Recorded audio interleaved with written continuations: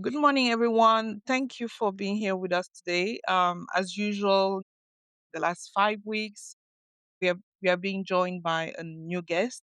So today' conversation is going to be a little bit about, continuing the dynamic of telling you more about the program, but also bringing on board an expert on a specific subject that is very dear to my heart that is also very up to date in terms of conversation in a global space of business online, but also building a commerce that matters in today's world. Like, how do you remain effective in a world that is going very, very fast? And how do you tap into all the tools at your disposal to really uh, stay on your edge or be in a present with your community?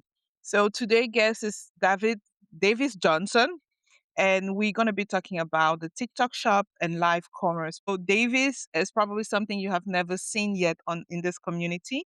But as we started the conversation on cultural identity and building a brand from African perspective and African heritage, his conversation with me today is going to really be about how do you turn cultural identity into brand equity and revenue by using social media. So, a little bit about his background. If you go on her social media look, you will have a page where we are talking a little bit more about his journey in working in a creative space. So Davis today works at the frontier of different things, but he's mostly passionate about creativity in general. So Davis, further ado, I want you to introduce yourself a little bit to the community and about what you've been up to, how you came to this journey of joining. My keys. Okay, it's back. Sorry, I didn't hear the last sentence. Sorry, you're live.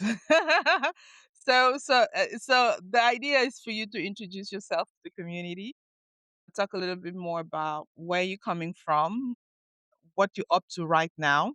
Then we will do a deep dive into what the subject of the day. Sure, sure. So yeah, as you said, I'm Davis Kodjo. Now I like to add also my African name Kodjo, but mainly people know me through Davis. So I'm a business developer and I work in a TikTok shop.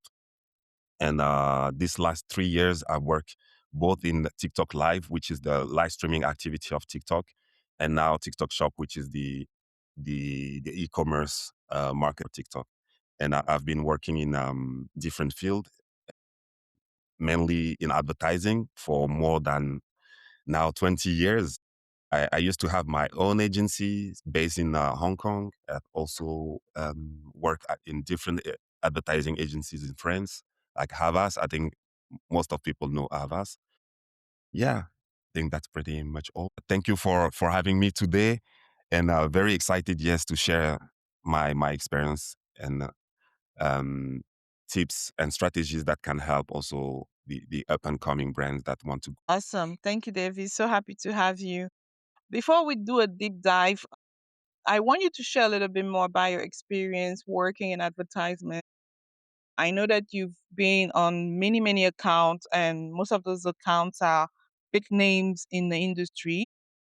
If I'm talking global brands like Nike, Red Bull, Marriott Group, PayPal, Ubisoft. What is the common thread among all these people in terms of, being in a space of creativity? What is something that you remember almost maybe all of them have, and that is something that they usually bring into the conversation as time passes? How do they stay relevant? How do they stay up to date? Sometimes you feel like, they always know what's coming up. How do you feel that with the trends and keeping up? My journey is quite, I mean, specific in the sense that I've been very intentional on choosing my clients because I used to work in the agency, advertising agencies, and I've been fortunate to work with cool brands, let's say the Nikes and the brand that mainly targeted youth audience. So I've been used to work with client and account that I really love, and as a consumer, I personally consume. So when I launched my own agency, the first thing was to replicate what I did in working for others. So I was very intentional on selecting brands that were dear to my to my yes to my passions. Going back to your question, I would say it's mainly most of the brand they are very that are strong. They are very intentional on every detail. They're very intentional on the people they will hire. They will be very intentional on their positioning and the distribution. So I would say intentionality, but also consistency, because it's something to be intentional, but how do you translate this on a daily basis, on a monthly basis, on a yearly basis? And if you see the Nikes of this world, the Apple, that's what they share in common. Like they are very, very specific. They are very intentional and they are consistent. And probably that intentionality is something that we see in their identity, and that's what remains as the baseline of constructing also their brand equity. That's exactly where I wanted you to come. Mhm. Okay, maybe I'm gonna give a little bit of backstory here. I think you and I we met in 2017 in Hong Kong, and at that time, I mean, it was like already many years before that you Yeah, many produced. years. That's what I realize now. Yeah, time flies, right? Well, I remember you produced, I think it was 2010, documentary about the trends, about the people making things happen, making things differently. And what struck me in your influencer documentary was that ability to sense beforehand a trend that was going to come as a big wave. Is that we saw the big wave coming up, and then today I feel like we've reached the pinnacle of that wave. Even if it's falling, I'm seeing another underlying trend. Basically, you talked about influencers before they were a thing. So you talked about how the how they will come as a wave in the cultural and really change the way people see things, how change the way people experience product. It's not that I was skeptical, but me personally, I was never a person that would go to something professional with sneakers. But I feel like between 2010 and then 2019, 2017, when you saw the first wave of co-branding with like Louis Vuitton and Supreme, you were like, what is happening here? And I felt yeah. like you saw that wave come before people could actually feel it. But I want you to maybe to talk about another wave that I'm seeing. In the meantime, I don't know how to appreciate it, or how to put it in a place. Is it a wave that's gonna vanish? Is it gonna stay? Is this wave of third culture, like immigrants? Let's say so. Immigrants' culture becoming kind of a mainstream. And if I remove the politic between, I would say black culture becoming mainstream culture. How do you feel about it? Even if I want to agree that even at the time of influencer, street culture was already black culture. So I feel like black culture is just changing cover. How do you feel about this? It's something that interests me a lot. And the way I see brand in her community grow, evolve, taking their space in the global market space, but and being present. That's why I'm passionate about heritage, African heritage in different and how it evolves. But how do you feel about this trend? Do you feel like it's literally just black culture being cool as ever? I mean, we've always been cool, but changing maybe the approach to go to market. So yeah, it's a long question. I think I get it. I love it because we share this passion in common. That's what we share, and we share many other things. But going back to your question, I would say,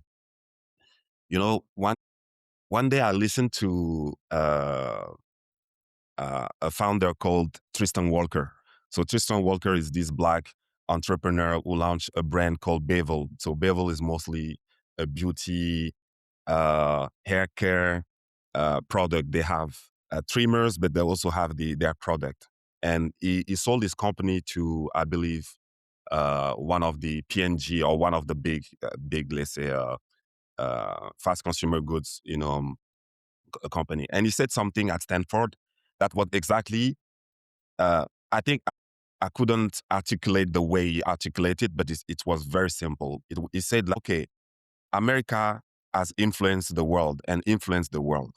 But if you go down, let's say, the background of or the ingredient that makes the America cool is mainly, now it was hip hop, but before hip hop, it was jazz. And what they have in common, it's black culture. And then with the America soft power, they find a way to make it to scale this coolness and to sell it to the world. But if you go back to what makes this jazz and this hip hops, it's nothing else than black people coming from Africa originally. So it's just that they travel with their instrument, they travel with their creativity. But this creativity, you cannot kill this creativity. It's something that we all have, but sometimes we are not confident enough to tap into this creativity. But we all have this. So now going back to your question, now, for me, the immigrant kids, we're just like the second or third generation of our parents who moved from either in Africa or somewhere in the West Indies, and we've learned also. We grew up with this big brand, so we learned their magic tricks, their strategies, their technique. We grew up with this, and also we have what our parents are and our family who stayed on the continent or in the West Indies, we still are in touch with them. So we have both these cultural things. We have okay, we know how to create desire. We know what makes Nike cool because mostly it's athletes. We know how Beyonce, why she's so fly, why she's so cool. Okay, Rihanna. Now this second and third generation is confident enough. They have seen a lot of these cases, so now they are fully confident about their ability to also do things on their own with their own grammar, with their own vocabulary, with their own visual, with their own reference. So that's it's a long answer, but I think it's not trends, but it's not a trend. It's something that will stay as long as we, as a community, confident about all all the things that I've mentioned, and we are very not knowledgeable. It's not necessary to be knowledgeable, but we yeah we tap into our heritage. We tap into our what makes us uh, our culture, identity, or DNA. As long as we do this, we will stand out. Oh, Yeah, so really it's all about, first of all, acknowledging that we have a unique power. And secondly, knowing how to turn that unique power into also a cash cow somehow by not necessarily industrializing it, but making it appealing to most people, because I feel like that's what brands do. I mean, they blend the culture with their own identity as brands, and they translate it into something that everybody in the world can relate to. And that's how Nike, Adidas, all those big names are able to, convert many, many people around the world. So I agree with you absolutely. that maybe that's what we haven't managed yet to master, is really be conscious of that power and know how to translate that power into something that is bankable and something Hmm. that could go to the marketplace. Totally agree with Absolutely. you. So I know that for most of your career, you've been between Asia Pacific, um, mostly like neighborhood of Hong Kong, working with global brand to also expand in those markets. But recently, you moved back to Europe, and since you moved back to Europe, been in one of those top company of the social media, and it's a Yeah. company that I'm going to be honest with you, I don't really understand the generation of TikToks, and I'm really lost in that space. I'm like, okay, what is this about? I don't really understand that hype of going online and dancing and chanting or doing moves. I think it's a generational thing, and then maybe I feel sometimes like I'm too old for that. But in the meantime, I'm also understanding the commercial power. So talk to me a little bit more about, and to how I guess here, I mean, like the people who are also in the audience here with us today, can you talk to me a little bit more about how can we distract? Because I know I'm more LinkedIn, Instagram, because it's very visual and I'm a very visual person. But TikTok, what is about TikTok that drives people crazy? What makes TikTok TikTok? Now it's just my perspective. It's just my take on this. I'm very passionate about studying brands, especially brands that comes from not necessarily from North America. I grew up with them, so I know them. Because I mean, these last 10 years, I've been really bullish in learning what makes Korea Koreas, like with the Hallyu, like their coolness and their cultural influence across the globe. Also, China with the big Chinese brand like the Baidu, the Xiaomi, Alibaba of this world. And TikTok is for me the second generation of Chinese brand. Okay, they studied abroad like us. They studied abroad. They learn the best, let's say, the best business cases. They study it very carefully, and yeah, they just understood the secret sauce of the Western world. And then also they have uh, learning from experience. They know that okay, we have brands that are very competitive because we are the factory of this world. So we know what makes a product technically great, but we miss the coolness factor that will make people desire our product. You see what I mean? So TikTok is the second generation of Chinese brand who was very ambitious and kind of, comment dit décomplexé, like they were very confident in their ability to influence the globe. So what they take and what makes it cool is they democratize coolness. Like it's Mm, everybody who's cool. Your grandma can be cool, your father, your mother, and it's very intergenerational, cross generational. Yeah, yeah, yeah. yeah, It's very cross cross generational. generational. Yeah, It's very cross and generational, also cross cultural.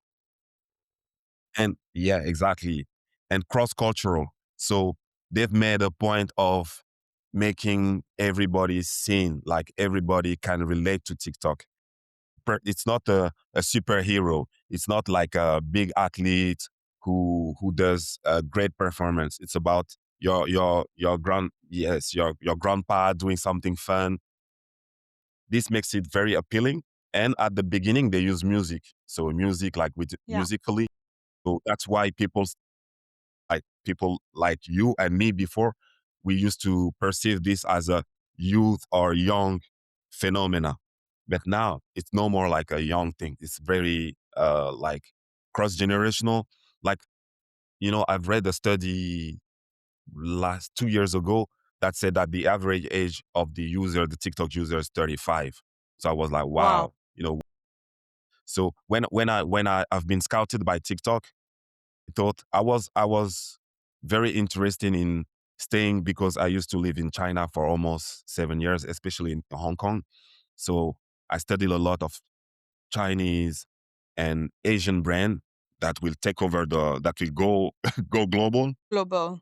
But after after Hong Kong, I was like, if I have to go back to a company, ideally a Chinese brand who is already global. And I've been fortunate to be scouted by TikTok Yeah, now in 3 years. So these are the ingredients. First, they studied the great. So they have, let's say, yeah, they have the best business cases. They've been studying the Western brand for many years. Two, they have this cultural. It's a second generation. So now they realize we need to add the coolness. The coolness is the desire, how you make a brand appeal.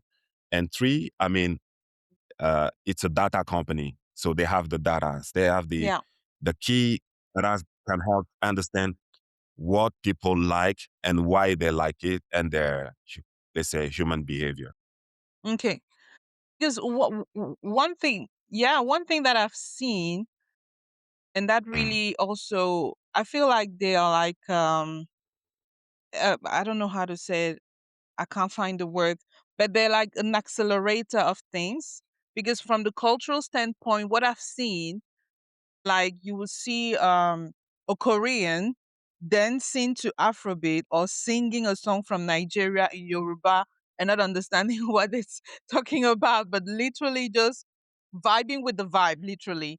And I think it's a phenomenon that is very interesting in terms of how do you accelerate cultural identities from different places in the world, or how do you make it possible that the Korean person and at the same time as somebody in Cote d'Ivoire could be sharing the same trend and sharing the same vibe? It's really that good side of the global village, because there's so many bad side of globalization that we are seeing today. But that good side of global village, but also that positive side of we are all human and we can all connect with the same thing. Doesn't matter where we were born, our social class, if we are rich or poor. If something is cool, we just vibe with the cool. And that I really love that about what I'm seeing from that dynamic and from this generation as well. Because I don't think it's something that we always had. Growing up, I felt like the coolness was always like Americans are cool, but it was never like Africans are mm, cool. African from Africa yeah, yeah, living in Africa were cool enough so that people in South Korea would vibe with what was trending in Cote d'Ivoire. And that's what I'm yeah. seeing today. And I feel like it's really a platform of acceleration. And it's very interesting because then it brings us to maybe the next question that I want to have for us is about how do you, as a business, tap into that energy to become something very profitable, because that's also what I'm seeing. If we're talking about social shopping, social commerce today has become something very present. Maybe not present Yeah. in the West here or in Africa, but I feel like it's something that can become bigger. And I want to understand is that factor of okay, I have a community of people, they trust me, they vibe like me, they understand my energy, and if I suggest something to, it is most likely that they will buy in. Do you feel like that's the first step of, maybe being successful in social commerce? Or do you feel like it's just that you create a magnetic personality that attracts a lot of people toward you? What are the tricks? What is the secret sauce of that thing? It's really something that I'm very curious about.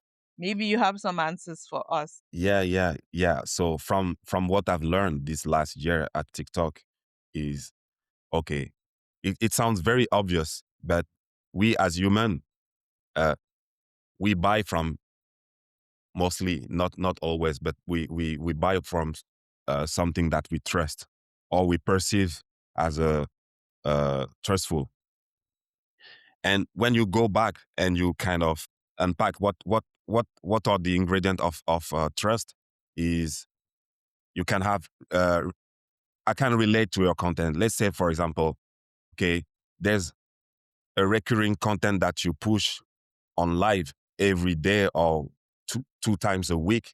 You create a kind of regularity or uh, I was missing my word. I was looking for Frequency or a habit. frequency. Thank you. Habit, exactly. That's the word I was looking for. Frequency. So you are installing a frequency, and people. It's almost like when you see someone on a frequency, you can learn about him or her, and then you say, okay, I like her content. It's as simple as that. So the fact that you have a recurring content and you share what you like, what you don't like, and why you like it, I can relate, and then I will follow your adventure. And then if you have something to offer, I will be, I think, willing to buy it if I can. So TikTok Live is first. I would say the first ingredient of building a community, And yeah, I forgot something very important. Live is the most powerful tool to to build trust, but also to convert. For example, if on live, I have a question on, hey, I like your kimono. Which brand is it? And you reply me instantly on the comment. Imagine, let's say you are selling this kimono, and I can buy it instantly because you just answer my question, which is not possible through a video. Like a video, you're promoting something, but if people have, I don't know, question on the fabric, question on the size, question on the number of unit or that you have, so you're yeah, you're limited and you are at always at one step from converting someone who asks a question, or two step. So Okay. yeah, I would say frequency, habit is the same, but and relatable, the ability to relate to you, because the frequency create also a kind of relatively, I can relate to Mm-hmm. one of the topic that you will share with your audience. Yeah, trust, and then I'm probably one click away from buying something from. So I think that trust crisis, something that we have seen lately, even in the luxury space. I don't know if you remember, was around March, April last year. There was an outbreak on massive secondhand wave coming from China, and a lot of Chinese companies saying, "Oh, by the way, all your beautiful bags from luxury houses are made here." Also bringing that conversation to the table at a moment where luxury brands are really struggling in terms of revenue. And I think that trust issue that you're talking about is something that is not necessarily easy to build. And the relatability, like you can relate to me Mm, because I'm vibing to the same thing as you. I've always been honest with you. You know what I like, yeah, what I don't like. You don't have that mystery of, oh, we have a big fashion house from Paris, and all this mysterious part of luxury that we don't know also kind of has mm, an impact on the trust. Maybe that's why, maybe this generation is more like, okay, I'd rather buy a fake from somebody I know who's being honest than buying the real one from somebody who's like living in a shadow. I don't really know what it's all.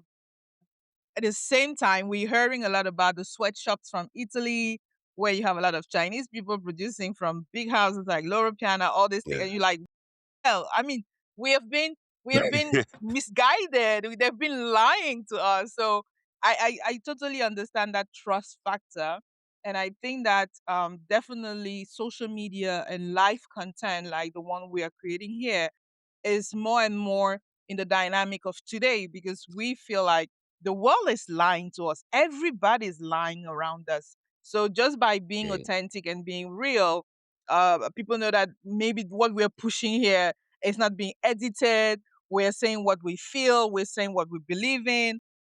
Definitely, I understand that trust factor. Because me, I'm shy. Like I wouldn't feel comfortable like selling this kimono, but I see platforms like Whatnot, and people come on live and they're literally just selling, and they're selling a piece in 1 second. And I'm like, that's too fast. I need to know how that is made. I need to know who made it. I need to know if they use like a chemical dye, if the fabric is like mm, synthetic. Just don't, I'm not just buying, I need to be informed. So it's too fast, too quick. Can you slow down? That's why sometimes I feel like when I see what I see on social from China, and literally she just take one thing and she's like, okay, you just saw it, it's just sold. I'm like, who buys like that? I mean, yeah. I don't buy like that. So just circling back to this kimono, by the way, it's a kimono brand from Benin. The brand is Rosine. You can find them online. They're very cool brand. Benin, yeah, Oh, from I know Cotonou. Rosine. Yeah, they're very cool brand. And I came Actually, funny story. Funny story. The founder of Rosine, we grew up in the same Jamal. city in Oh France. wow, wow. Yeah, Jamal.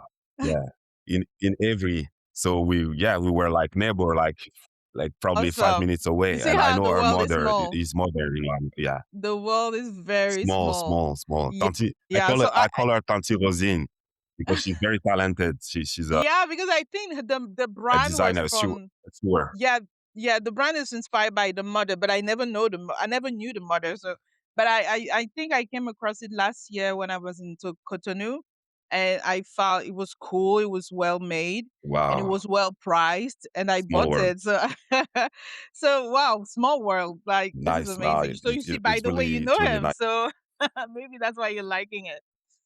Awesome, awesome. So just maybe I think the circling back communication again. breaks. Can you You hear can me? still hear me because I'm not Yeah, I able can to hear hear you. you. Uh, Oh, wow. Can you hear me? Is it good? Can you hear me now? yeah, Okay. there was a delay. Okay, sorry. Definitely, I think building trust online, life can help do that. And I hope it Yeah, does more of that because I think for many brands out there, it's sometimes difficult to justify maybe the price, the positioning, their posture if people don't really know what is behind it. Me, as I was telling you, it's difficult for me to just buy instantly like that. I need to know more about the person. And I feel like also having a live conversation with your community can help do that. You can bring them backstage, you can show them a little bit what you're working on, and they can also see your trajectory, see how you're growing, see how you're evolving. Those are the things that also help build trust. absolutely. Circling back to that and the core subject of our conversation this morning, so you're going to be one of the expert of a program that we are launching, and the program is really about building brands from African heritage. And how do we tap into our cultural identity to build a brand equity that can resonate with people at the global level? And also, how do we do that by using platforms like, TikTok and other platforms that are able to accelerate it for us? So, can you talk a little bit about what your can you hear me? Sorry, Nelly. The communication breaks. I don't know why, but Okay, the communication that's breaks a lot. that's weird. The Okay, wait. connection. Let I'm me looking here. It check seems like my if microphone has no problem. Can you hear me? Is it I can okay? hear you now. Is it still delayed or is it like a problem of I don't know. Well, if you can hear me, No, it's fine. it's a mix of delay and also the connection break. Like the sound. I'm no more able to hear you. That's weird because my mic is on. I can see in the backstage that my voice is being captured, but I don't know what is wrong in the transmission of the sound. I think it's probably the connections, but now it's working. Okay. Basically what I was saying is like I lost the thread of what I was saying. But yeah, I think I was talking about from a building trust online, building a community that believes in what you're doing.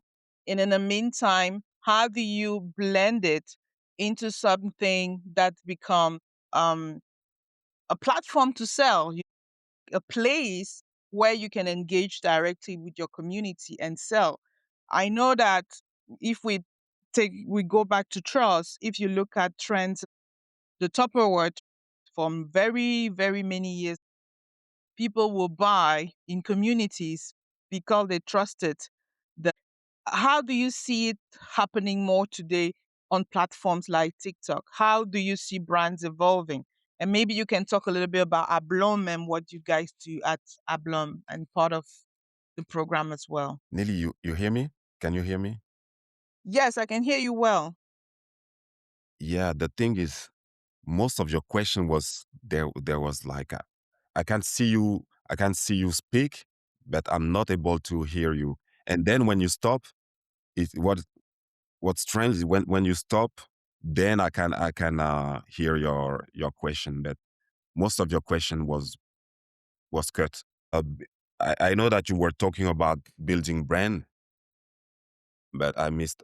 Yeah, probably we need to reconnect. Can you hear me now? Yes. I think I might have had an issue with my microphone, and that's why it was doing back and forth. Now I switched to another to another microphone option. Okay, And perfect. I hope this time we don't have the outbreaks and everything. No worries. Okay. It's okay. So yeah, Yeah. my question was about, you remember we were talking about community, building a community, building trust online and building a community. And my question was about, how do you make that community a vessel to market? Like, how do you build a route to market from that community? Because we are really familiar when you have a product, the places you can take the product are not very many. There are not many places you can take the product, but today social media is a place where you don't only need to talk about your product and how it's made, but it's a place that you can directly sell, you can directly convert. And my question was around that, with your experience from TikTok, and also your experience from your startup Ablum that I maybe want you also to talk about. How would you build a program for people in the academy, Moonlog Academy, to really have a roadmap to be able to do that? So that was my question. Okay. Yes, thank you. So, okay, this is a vast question. Okay, let's say that. Okay, most of the brands, like what we call now black owned, or let's say African brands, one of them, let's say we have two main challenges. The first challenges is to find, like capital to raise fund and to find yeah, to raise fund to develop our IRP. And the second problem, like challenge, the distribution. Now that we have these tools of doing direct to consumer, no intermediaries, no third platform, and we can directly speak and sell to our community.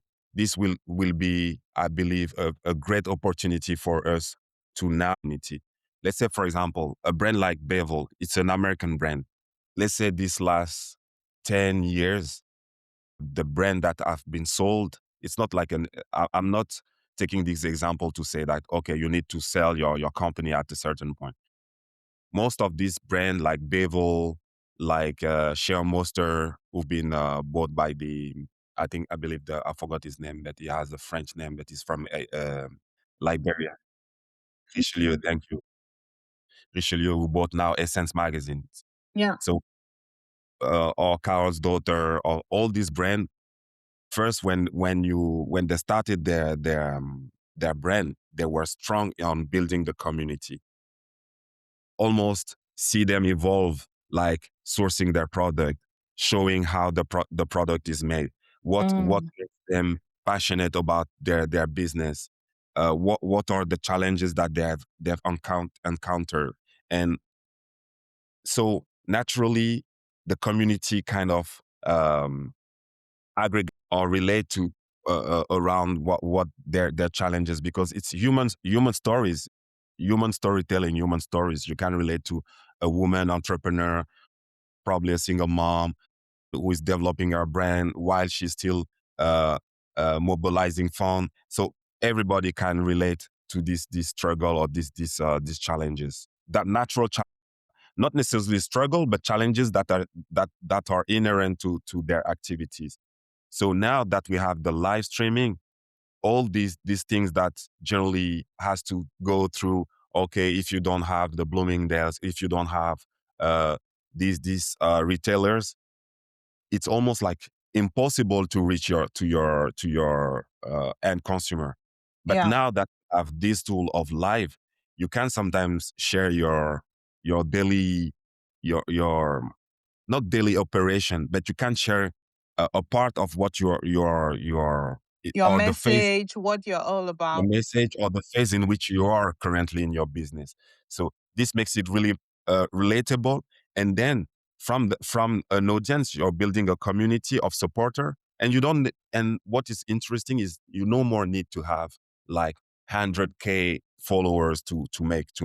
real money. You can have, you can even have 10,000 of people. And if these people are very engaged or very like, it's really your core audience, you can convert very easily this audience. So what I've learned personally is, the old world, generally we associate the big numbers of followers to big money.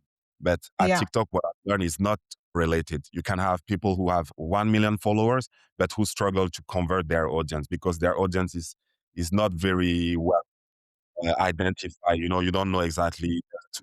And you can have like a young lady who has probably 5K, 10K followers, but who are like diehard fans, who are real supporters, and who know why she does this, why she developed this business. You will find your client. It's just that probably now we think it's the other big brand that can do this, but now we are entering in a era where everybody who is very um, strategic and about building, nurturing asset build, but also nurturing his or her audience will find their consumer. So for on 100 people, you can find two people who are willing to buy your product. If you make the math, you can Yeah. build up this type of. You So can for grow me, this is quickly. a huge opportunity for brands now to tap into their audience through the live streaming. Okay, I work at TikTok, but there are many platforms where you just mentioned. What also struck me is the fastness way of selling things, the speed, the speed of when you really tap into your core audience, the speed at which you can sell a product. Recently I had a case with a creator called Ranel. So Ranel is from Senegalese and from Morocco. I believe uh, Senegalese from her father and Moroccan by her mother, or the other way around. And she's a original makeup artist. So she used to do makeup uh, during weddings, but especially Muslim weddings, in Mm-hmm. France. Yeah. From these weddings, got a lot of anecdotes, a lot of you know women stories. Then she happened to do live, just sharing this anecdote without like telling mentioning the name, but just sharing this very funny anecdote. And then from there, in less than 1 year, she reached almost 500K. And then in 1 year and a half, now she reached the million followers. The Wow. point is, now recently we did a case together because I know our manager. Last November during the Black Friday, it was our first live because she was always not hesitant, but she her main challenges were like, okay, I built trust with this huge audience.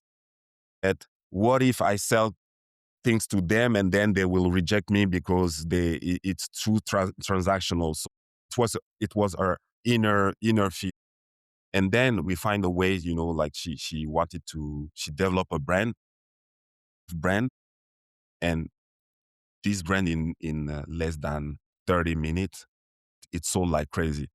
For confidential reason, I cannot mention the numbers, but this is the testimony of, if you start building your audience, you are authentic with your audience. They can see your flows. You can share also what you like, what you yeah, your standard. You will find people who will gravitate toward Yeah. your your universe, your experience, and this can be, I don't know, different products. It's just a matter of finding the product that fits you, also you and your audience.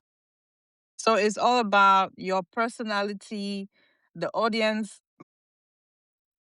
Yeah, your signature, the kind of content you put out, exactly. your frequency of being present with that community. At the end of the day, if you understand all of those elements, it's easier for you to bring to market a product that fits and a product that can be converted quickly. That's very interesting. So I think those are maybe some case study that you will bring also part of the program. Because the Yeah. idea of the program is to say, usually we feel like there's some things we can't sell online and there are things we need to put in a specific environment, especially when we're talking a product of a certain price point. But I also agree with you that if you're regular, your community knows you, you can sell whatever you want with them at the end of the day. Because at the end of the day, I've been to auctions of art pieces and people are buying pieces on auction at millions, not even being in the room because there's a trust in the system of how auction works and how you buy a certain piece of art as well. So I think at the end of the day, and today even in auctions, you have the live so you like Absolutely. usually used to be just in a room like this, but now it's online as well. So you have people on the phone, you have people online, you have people in the room, and everybody is like trying to buy one piece. And auction usually you have limited edition or numbered edition. You don't have plenty. So I think why not TikTok? I mean, TikTok could also be the vehicle. It doesn't need to be um, you know, uh, outside the social network. It could also be Yeah. within a social network. So I totally agree with you. That is something that we need to understand as new brand performing in this marketplace that goes really quickly. And also something that I feel like if we African we can the operation behind the business already connected to the global markets, and we don't need any we don't need any third person to Yeah. facilitate that route for us. You just need to go out there, be present, do hard thing, and be consistent. So I'm very happy that you're going to be bringing that element in the program, because at the end of the day, that's basically the story we are trying to tell the brands. We're trying to tell them you have to trust your identity. You have to trust who you are, where you're coming from, what you have to offer. But you have to also package it so that when you go out there, you build trust among people and you change maybe the mindset and the perception that people have of Africa, because they're building a story with you personally and they're building a story with your company. And then from there, you can you can literally you can everybody into your client if you're being Absolutely. honest and consistent and present. And I think that's an element of the secret sauce of doing business that I really hope we can transfer within the program that we will be working on together. So just for those who are joining us, we have few people online. I'm just going to check if we have some questions. We mostly I'm not have able to check, appreciation. but Don't worry. I'm going to tell you. We mostly have appreciation, people liking what we're talking about. We have hearts, we have the world, very good, feel like home. We have a lot of comments. We don't necessarily have a question. So I know that there's a little bit of delay, so I'm giving people the room just like if there's question, we can take maybe one or two yes, while I please. wait to see if we have questions. Maybe if we are putting the whole package together, and I'm summarizing maybe what our discussion this morning has been about. It's really, from what I remember, it's like selling online start with, of course, building with authenticity, being true, being honest. And maybe that's also big part of building relatability. So people trust that me as a human, I'm able to do that. So that's the first layer. And if I do that properly, consistently, and regularly, then I am able to build trust. And if I'm able to build trust and I have that reel that goes back and forth with the people in the community and me, now I'm able to maybe create a product that fits that uh target of people, and I'm able to go out there and sell it if I make it simple as that. Yeah, yeah, yeah. We're all human. We all need to trust people. With the community that we're building, we can use it to do that. We can really build our community virtually, like not like physically. Somebody's saying here It's really about giving your client a real experience. I don't know if it's a question or a comment, but I think it seems to be a comment. So, yeah, definitely, that's what I feel like, maybe demystifying this thing that is live, going live and talking to people. That's the key word. Because I'm sure what I'm saying seems so obvious, but that's what I've learned. Like we tend to mystify things, to complexify things, but it's really simple. It's go back to the frequency and trust. And frequency create the habit, and then familiarity, and the familiarity, relatability, and then trust. When I say trust, that doesn't mean that the person is perfectly. I mean, is a perfect person.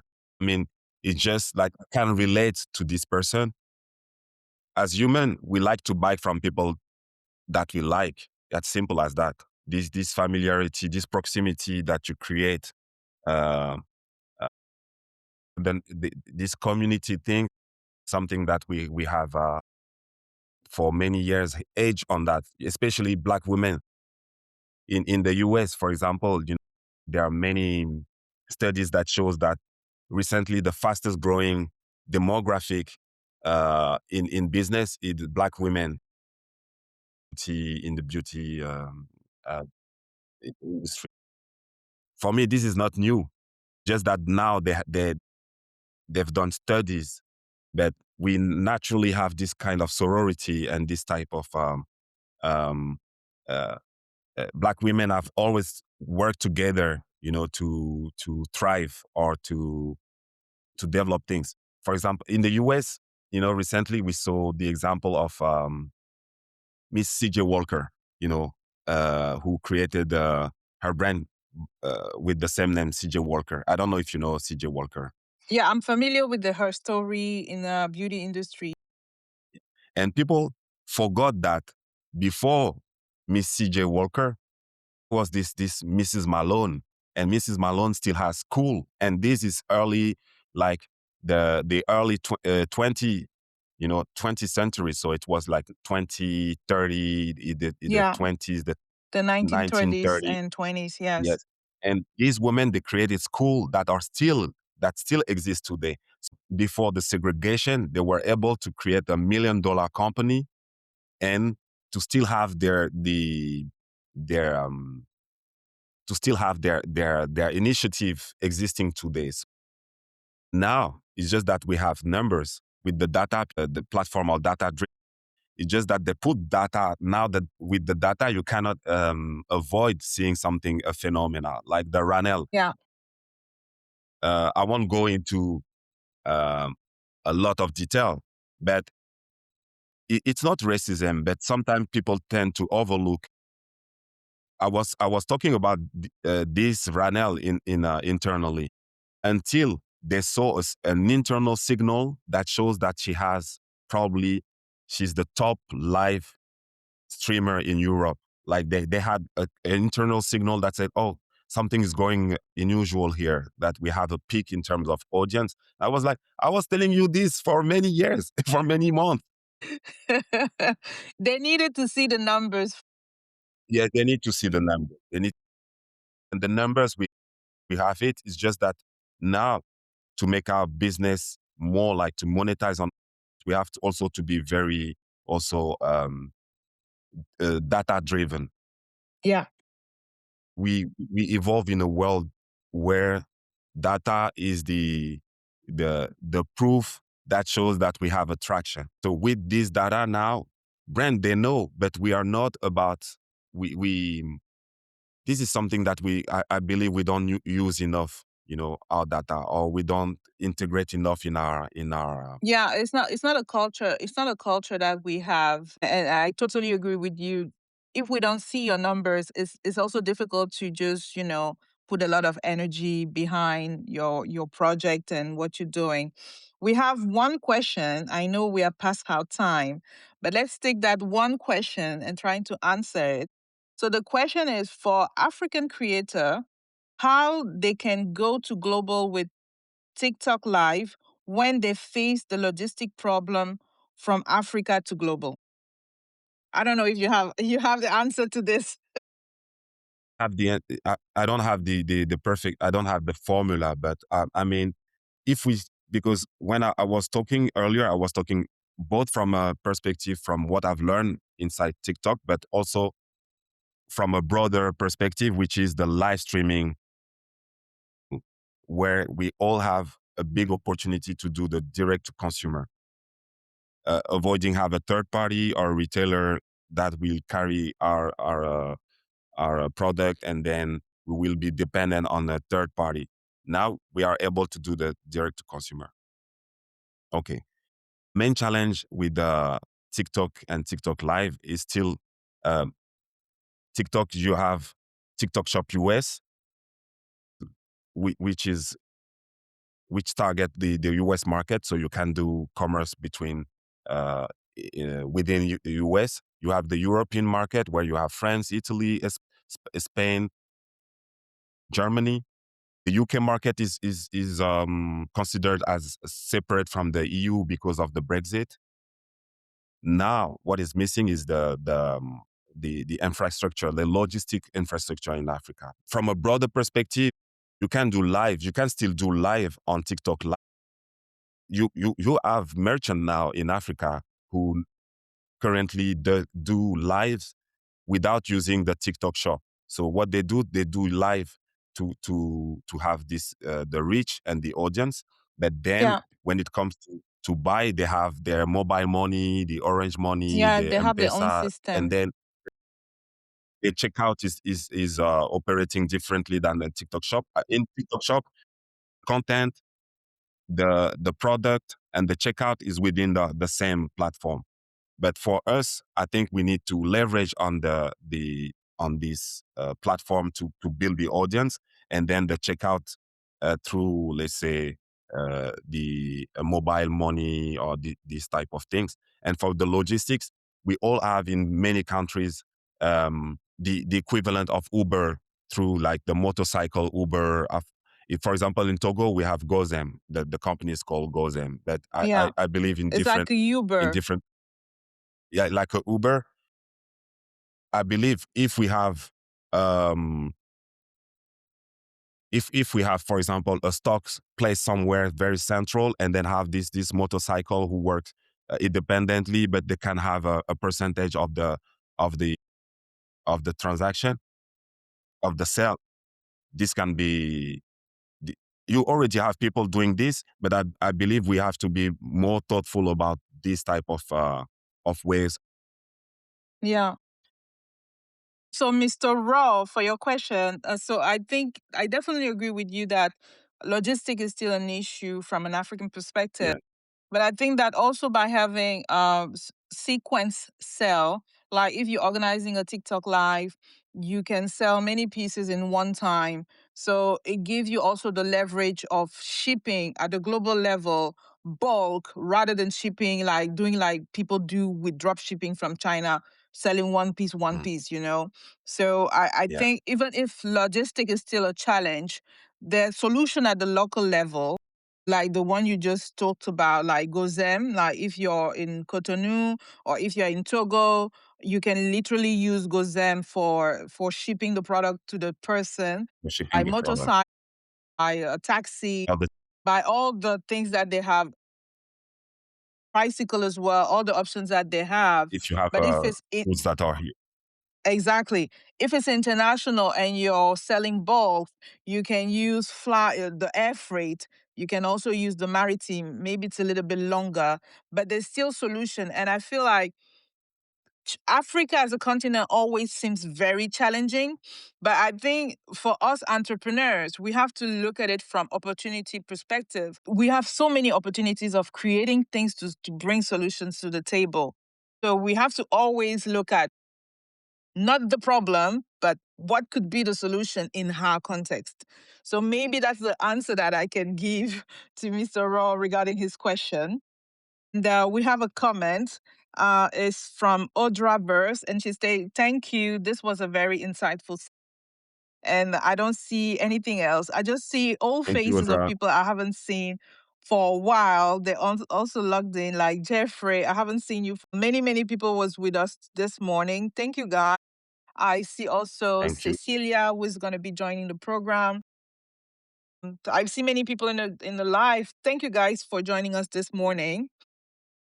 For further information about the program, you can go on in the bio of Moonlook.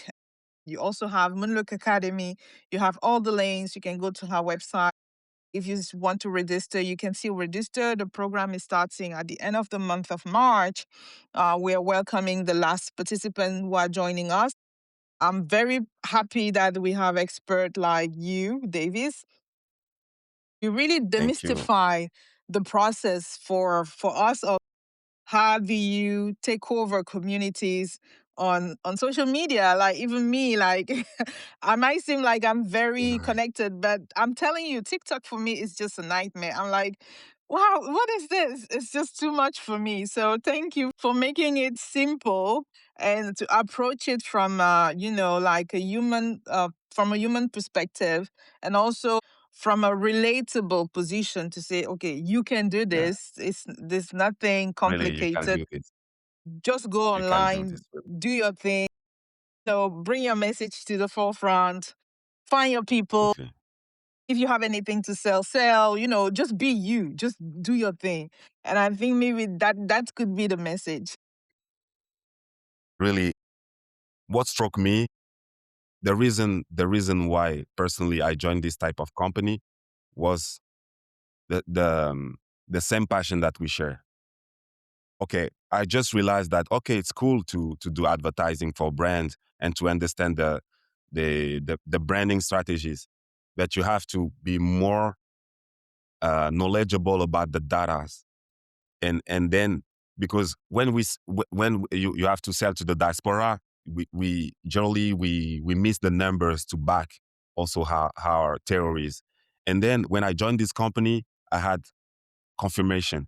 I have I cannot go into detail, but I had the confirmation that hey, we're sitting on the gold mine without really we are not the one who really leverage on this. And to finish on this, the top product that are selling currently, mainly on the top 50 are black women with wigs. I know that okay, and it's always on the top list of product that are selling. And now I'm not disclosing something confidential. You can go on Calo Data. That's the tip. Calo Data, and you have free available information about the trending product that are selling in each market. But you have also to subscribe to have the detail of how many uh, product are selling in this category, and you can see the top 10, top 20, top 50 product that are selling in each market. You will Okay. see by yourself that for many months it's been the week. So my point is we are sitting on a We on are a on a sitting gold on mine. gold. Yes. Can you just spell it? How do you write it? Calo data. Kalodata is KALODATA.com. Calodata.com. I just wrote it in the live so people can find it I'm online. not using this Okay. tool because we have it internally at TikTok, but this is a third party platform that Third party use the platform. data of Yeah. TikTok. Okay. Again, Awesome. thank you for having me today. Thank you for Thank all the you. It was gems. a great experience. It's the first time that I do this live thing For a person working at TikTok per and doing, person. I promoting work this. more like behind the scene. I I work know behind the founders. I that's help the how founders. that's how we are. They always say that the shoemaker doesn't have nice shoes, because we're always working for others. We never work for us. So yeah, thank you so much, Yeah, I'm Davis, working for on it. I'm making the working on time. it. Yeah, thank you. Thank you again. Thank you. And Thank you. please thank your team who made it really, really cool with the visual, everything. So thank you. I really appreciate this. Yes, this attention. Yeah, thank you for the audience for following us. Yeah. Please, you can follow me on LinkedIn. This year, Yeah. I'm gonna share a lot of things. Yeah, you can go on my LinkedIn is Davis Johnson. Thank you, Davis, for all the gems. We're going to be sharing your handles also with the community. This content that we recorded this morning, because as we are being live, we're also recording it. It's going to be live available to the whole community. So we will be adding your handles and all your details. The community can also connect with you if they want to go a little bit a layer deeper. In the program, we don't have that, the luxury of all that time. We hope we could really have a deep dive on all the subjects, but her intention is really like to start the conversation, and people who are passionate about this conversation can, maintain it, keep it rolling, and, be more invested in it, because they seem like opportunity that we see, and we feel like those are opportunity we should be tapping in anyway. Thank you so much for all the gems this morning. It was very insightful to have you on board. Looking forward to our session within the academy. So I shared few information in the live as well, so our audience can have the information. And once we've planned the masterclass session, we are discussing internally, but I feel like we will also maybe open it to more people than just the people within the program, so we can spread the insight and spread the knowledge. So yeah, that's it for today. So I'm gonna thank everybody in the Again, thank you. audience. Thank you for joining us.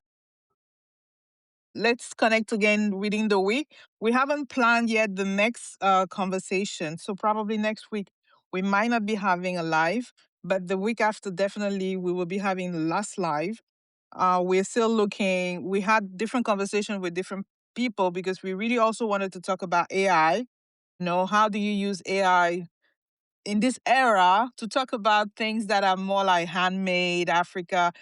It feels like we are disconnected. When you're talking about Africa and Mm. AI, people are like, what are you talking about? But I think that AI can definitely be a useful tool for storytelling.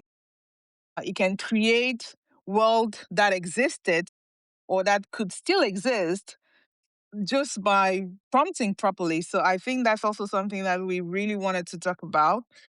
That we're still looking for the right expert to take over that conversation. So yes, that's gonna be it for today. Thank you, everyone. I'm gonna stop the live Thank you. here. Looking forward